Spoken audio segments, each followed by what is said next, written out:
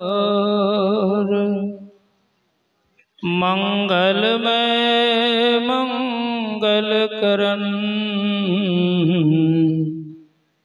बिनवो बारंबार। धन्य धन्य सद्गुरु सुखदा महिमा कही न जा। जो कुछ कहो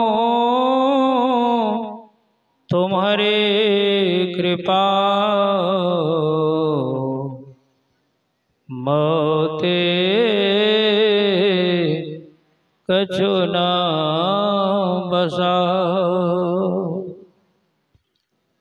परम पूज्य परमाराध्य श्री सद्गुरु महाराज की पावन श्री चरणों में साष्टांग सादर समर्पित मंचस्थ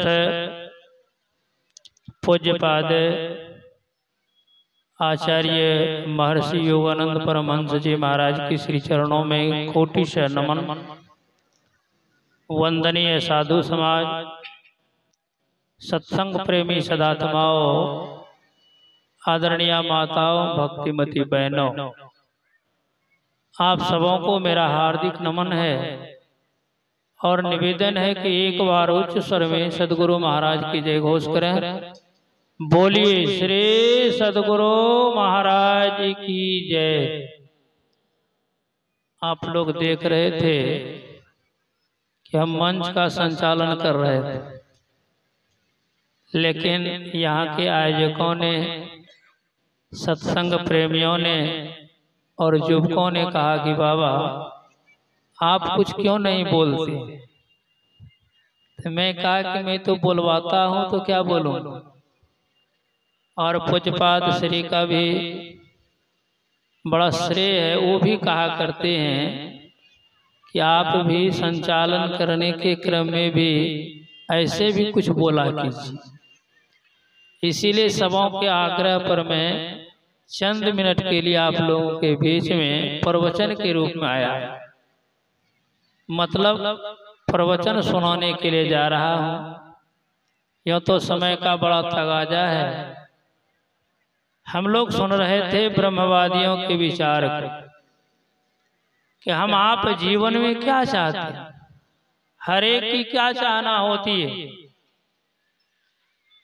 ऐसा सुख जो जीवन में लग करके कभी छूटे नहीं, जिसको शाश्वत सुख कहते हैं।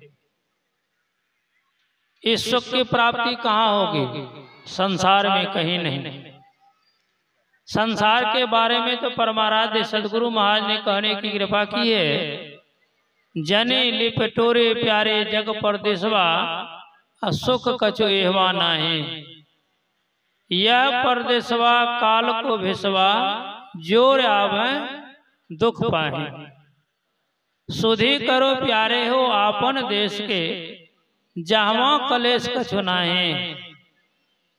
जहाँ किसी तरह का क्लेश नहीं है, दुख नहीं है, कष्ट नहीं है,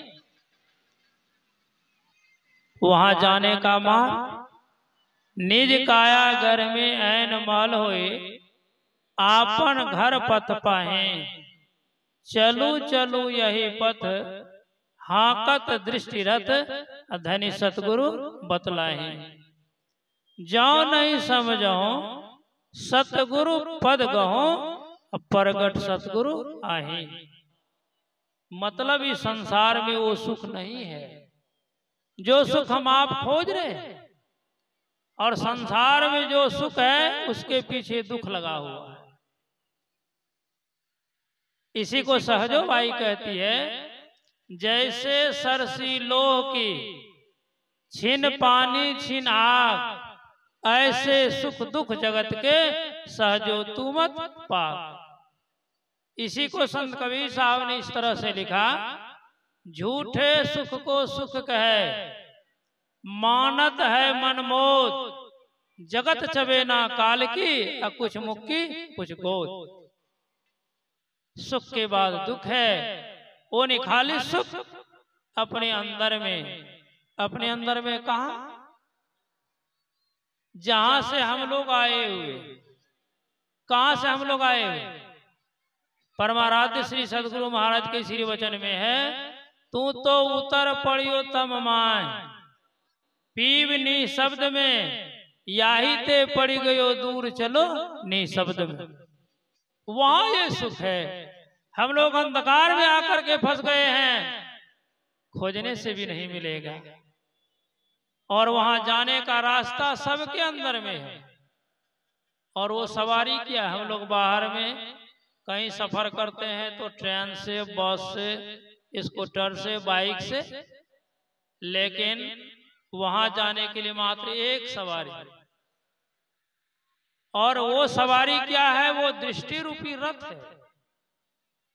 दृष्टि रूपी बाहर की सवारी को हम लोग कहीं ट्रेन फेयर दे करके सफर कर लेते।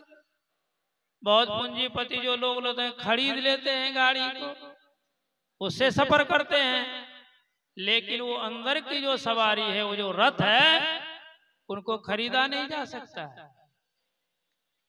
उनको स्वयं तैयार करना पड़ता है। हाँ, इसकी युक्ति भले संत सद्गुरु बतला देते हैं। इसलिए कहते हैं यदि बात समझ में नहीं आ रही है तो पुनः उनके चरण शरण में जाए। जाओ नहीं समझाओ सतगुरु पद गाओ, प्रगट सतगुरु आए। यही बतलाने के लिए संत महापुरुष आए हुए कि कैसे वहां पहुंचेंगे, कैसे राम का चरण क्या है, कैसे प्रेम करेंगे। बाहर में कहीं है परमात्मा का चरण? कहीं नहीं। यह तो हम पढ़ते हैं संतवानी में, उस परमात्मा को चरण ही नहीं। बिनु पग चले, पैर नहीं है चलता है, तो यहाँ चरण की बात कैसे आ गई? वो चरण क्या है? उपनिषदकार लिखते हैं, बीजा अक्षरम परम बिंदु नादम तस्योपरिष्टं सशब्दं चाक्षरे छीने निशब्दं परमं पदम। उस अक्षर का बीज चरण क्या है? तो बिंदु है, परम बिंदु, जिसको परमाराध्य श्री सद्गुरु महाराज ने सुख सिंधु की खिड़की तीन न्यारी कहा है।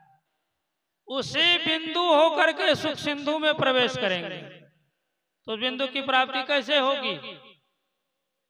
इसी के लिए आपको दृष्टि धारों को एक करना पड़ेगा।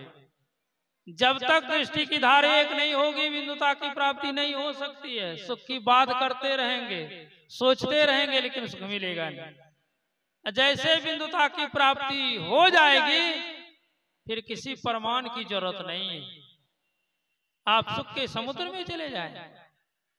इसी बिंदु को प्राप्त करने के लिए हमारे आदा पुरुषोत्तम भगवान श्री राम ने हनुमान जी को मुक्ति को उपनिषद में उपदेश किए हैं कि बहु सात कथा कंथारो मंथन वृथैव किम अन्वेष्टव्यम प्रयत्नेन मारुते ज्योतिरांतरम। कि हे हनुमान जी, बहुत से शास्त्रों को, कथाओं को मथने से क्या फायदा? तब फायदा किसमें है? यत्नवान हो करके, युक्ति सीख करके अपने अंदर में ज्योति का खोज। पुनः लिखते हैं, दर्शना दर्शने हित्वा स्वयं केवल रूपता यह आस्ते कभी शार्दुल ब्रह्मत्व। हे कभी शार्दुल, हे हनुमान जी, अंदर में दो जगत है, एक दृश्य जगत, एक और दृश्य जगत। दृश्य जगत में देखने का काम होता है, जिसको अंधकार मंडल और प्रकाश मंडल कहा जाता है। यहाँ देखने का काम होता है, देखिए गुरु युक्ति के मुताबिक। और शब्द मंडल में सुनने का काम होता है, वहां शब्द को सुना जाता है। जो दोनों मंडल को पार कर जाता है वो परमात्मा को प्राप्ति नहीं करता, बल्कि परमात्मा स्वरूप ही हो जाता है। जानत तुम्हें तुम्हें हो जाए, सुख के समुद्र में वे चले जाते हैं, फिर दुख खोजने से भी नहीं मिलता है। इसी का ज्ञान संत लोग बतलाते हैं। इसलिए बार बार संतों के पास जाना चाहिए। परमाराध्य श्री सद्गुरु महाराज ने कहने की कृपा की अपनी श्रीवाणी में कि मैंने संत मत को समझते समझते समझा। क्यों ऐसा लिखा? क्योंकि आज बहुत तेरे लोग संत मत को समझने के लिए तैयार नहीं है। दुख तो इस बात की भी है कि जो संत मत अनुयायी हैं अब वो भी नहीं समझ पाते। वो भी अंतर्मुखी होकर के नहीं बहिर्मुखी बन जाते हैं। तो बहिर्मुखी बने रहेंगे तो कभी कल्याण होगा? कभी नहीं होगा। इसलिए अंतर्मुख चलिए, अंदर में वो सुख मिलेगा, बाहर में नहीं।